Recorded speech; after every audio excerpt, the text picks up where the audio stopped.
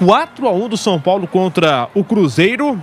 Eu, pelo menos, né, tinha palpitado no Cruzeiro, errei feio.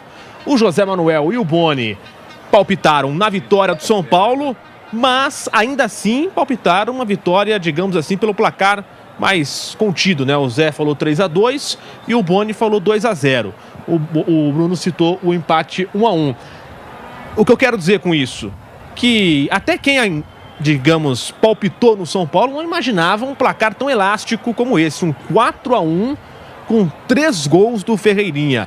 É um placar realmente para lavar a alma nesse momento em que o São Paulo vinha sob muita, digamos assim, dúvida, questionamentos, né? Eram até então 2 derrotas e o empate contra o Inter jogando mal, e agora vence em casa o Cruzeiro por 4-1, Bruno. O meu palpite foi 1-1 também, eu não estava assim esperando uma vitória assim do São Paulo. O Zé foi o que mais se aproximou aqui, ele meteu um 3-2, é verdade, teve um golzinho do Cruzeiro, estava 3-1, mas 3-2, mas enfim, eu não esperava assim, uma vitória tão por 4-1 do São Paulo, né, uma coisa que foi... Fala, fanáticos por futebol, tudo na boa? Rapaziada, o São Paulo FC fez 4-1 no Cruzeiro EC e abalou a mídia no dia de hoje. Mas mais do que o resultado, esse jogo escancara muito a situação do Cruzeiro hoje. O time segue na zona de rebaixamento e o que preocupa não é só perder, é como vem perdendo, porque não é de hoje. O Cruzeiro vem acumulando resultados ruins, sofrendo muitos gols e mostrando uma dificuldade enorme de se manter competitivo durante o jogo. E aí entra um ponto que pesa muito: falta de consistência. O time até tenta em alguns momentos, mas não consegue manter o nível. E quando enfrenta um adversário mais organizado, acaba sendo punido. E foi exatamente isso que aconteceu. E olha, isso não é só análise não. Se liga no que o Pequetito falou sobre a partida do Cruzeiro. Chame daqueles que alguma coisa tem que ser feita com o elenco. Não sou eu que estou na diretoria, não sou eu que estou na comissão técnica, não sou eu que jogo, mas alguma coisa tem que ser feita imediatamente. A situação, ela é perigosíssima no Campeonato Brasileiro. Eu conheço essa cartilha, eu conheço isso. 30 pontos em disputa, 7 conquistados.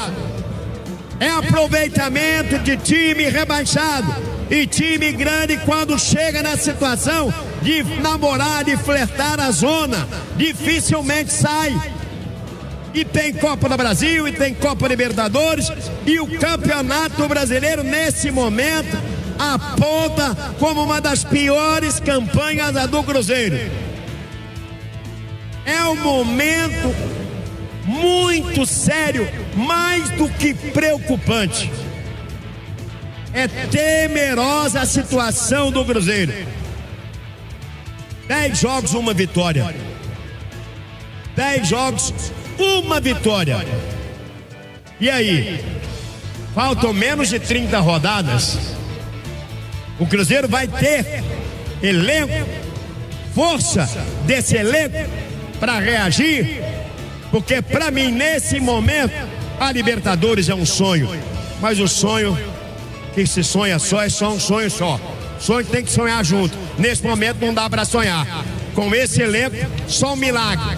E Jesus que ressuscita amanhã na Páscoa tem que olhar para muita gente, não só o futebol e não só um time. E Copa do Brasil tem que preocupar com o Campeonato Brasileiro. Tá fazendo a mesma cartilha que foi o drama, uma mancha daquelas na história do Cruzeiro. Com vocês, volta Thiago Reis. E aí dá para entender bem o clima, né? Agora, claro, teve um nome que chamou a atenção: Ferreirinha. Fez 3 gols, chamou a responsabilidade e decidiu. E tem um detalhe importante aqui: o Ferreirinha vinha sendo bastante contestado. Cobrado pela torcida, questionado pelo desempenho, muita gente achava que ele não estava rendendo o esperado. E aí, num jogo desse tamanho, ele responde com 3 gols. Isso muda completamente o momento do jogador. Mas ao mesmo tempo, fica a dúvida: até que ponto é mérito total e até que ponto o Cruzeiro facilitou?